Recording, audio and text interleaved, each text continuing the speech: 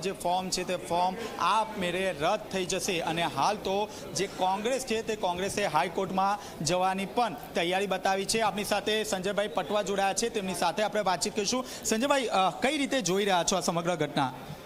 આ સમગ્ર ઘટનાથી એક કોંગ્રેસમેન તરીકે અમને ખૂબ જ દુઃખ અને વેદના છે।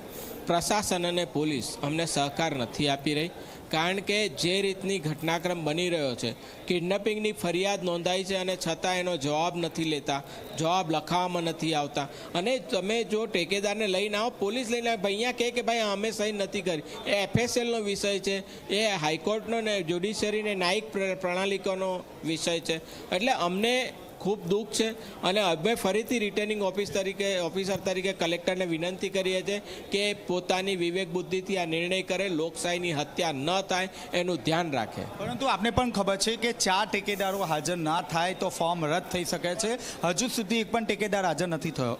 આમાં ફોર્મ રદ ન થઈ શકે તાત્કાલિક, કારણ કે આ જ્યુડિશરી મેટર ન્યાયિક સહી અહીંયા કરવા આવ્યા છે, સહીની ફોર્મ ભરવા આવ્યા છે। કલેક્ટરે જાતે જ્યારે ફોર્મ એક્સેપ્ટ કરે છે, એક પ્રોસેસ હોય છે કે ઠેકેદારને પૂછે ભાઈ સહી તમે કરી છે અને એના પછી ફોર્મ સ્વીકારવામાં આવે, પણ આખું આ પહેલેથી ષડયંત્ર હોય એવું જણાય છે અને ષડયંત્રનો ભોગ કોંગ્રેસનો ઉમેદવાર બન્યો છે। નિલેશ કુંભાણી પર લોકો રોષ વ્યક્ત કરી રહ્યા છે, આપના જ કોંગ્રેસના નેતાઓ, કે કઈ રીતે તેમના જ પરિવારો આ રીતે ભૂગર્ભમાં ઉતરી જાય। 100% શંકાનો વિષય છે અને શંકા થાય એક સ્વાભાવિક છે, પણ આ તપાસનો વિષય છે અને કોંગ્રેસ પાર્ટી બારીકાઈથી આના પર નજર રાખી રહી છે। જો નિલેશ કુંભાણીની ભૂલ હશે, જો ભાજપ સાથે મિલીભગત હશે તો પાર્ટી એની કાર્યવાહી કરશે। પાર્ટી ગંભીરતાથી, પ્રદેશ અધ્યક્ષ પોતે પણ ખૂબ બારીકાઈથી નજર રાખી રહ્યા છે। અમારા હાઈકોર્ટના વકીલ બાબુભાઈ માંગુકિયા પણ અહીંયા ગઈકાલના હાજર છે, એટલે સમગ્ર ઘટના પર બારીકાઈથી નજર રાખી રહ્યા છે અને આખો ઘટનાક્રમ ખુલ્લો થવાનો છે, આજે નહીં તો કાલે, એના પછી કાર્યવાહી શરૂ થશે। પરંતુ એવી પણ વાતો ચાલી રહી છે કે જ્યારે ટિકિટ આપવાની હતી, કોંગ્રેસના જ નેતાઓ દ્વારા વિરોધ કરવામાં આવ્યો હતો કે નિલેશ કુંભાણીને શા માટે ટિકિટ આપવામાં આવી। જો પાર્ટીને ટિકિટ આપવા માટે વિરોધ અને પક્ષ લેવાતો હોય છે, પણ આ જ્યારે પાર્ટી એક નિર્ણય કરીને એક વિશ્વાસ મૂકીને ટિકિટ આપતી હોય છે, એના પછી જો આવી કોઈ ઘટના ઘટે તો એ કમનસીબ ઘટના છે।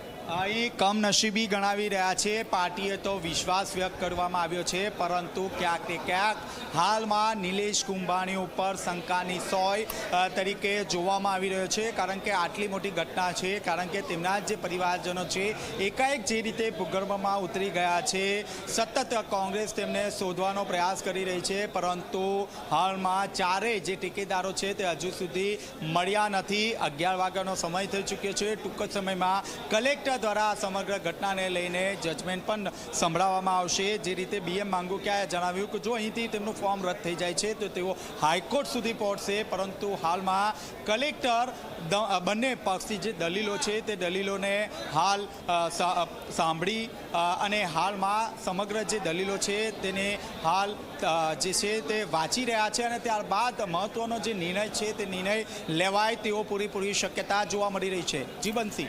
જી ચેતન, આપ જોડાયેલા રહેશો, આપણે સાંભળીશું।